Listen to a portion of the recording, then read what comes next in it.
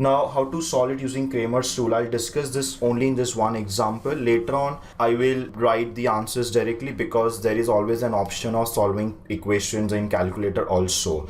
But if any particular exam you have to do it using Kramer's rule, in that case you can always follow this approach that we are discussing in this one question. We will first find out determinant of the first matrix, which is the square matrix that we have written. I'll find out its determinant quickly. This will be nothing but 5 into 24 minus 9 minus of minus 1 into minus 4 minus 0. I repeat, this is minus 6 into minus 4 will be 24, minus 3 into 3 will be 9, then minus of minus 1, this time 1 into minus 4, which is minus 4, 3 into 0 is 0. This is 0, so there is no point in multiplying. I'll just put 0 here. So this determinant will come out to be 71 when you calculate this value. So we have got delta equal to 71.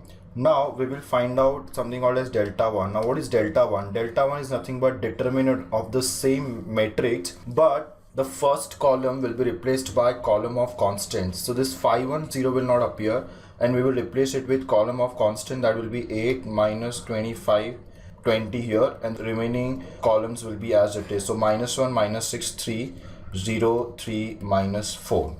And we will again find out the determinant. This time the determinant will be 8 into 6 into 4 is again 24 minus 9 minus of minus 1 into, this time you get minus 25 into minus 4, which will be 100, minus 20 into 3 will be 60, and once again this value will be 0 here, so I will not mention anything. So delta 1, if you calculate, will come out to be 160.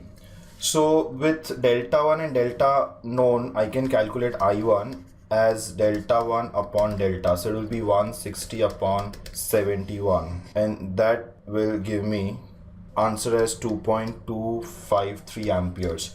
Similarly, you can solve for I2 and I3. So for example, I2 will be equal to delta 2 by delta, and I3 will be equal to delta 3 by delta, where delta 2 will be nothing but the determinant of this matrix. This time this middle column should be replaced with column of constants, and in delta 3 you will find the determinant by replacing third column with the column of constants and then solve. So that will give you the values of delta 2, delta 3. Once you divide by delta, you get the values of I1, I2 and I3. So we have obtained all the three mesh currents, I1, I2, I3. That was the first part of this question. You can see the question was to find I1, I2, I3 using mesh analysis, and that is something we have done. Now we want to obtain branch currents also. So let us take the same circuit. I'll redraw the circuit and we will define all the branch currents and find them one by one.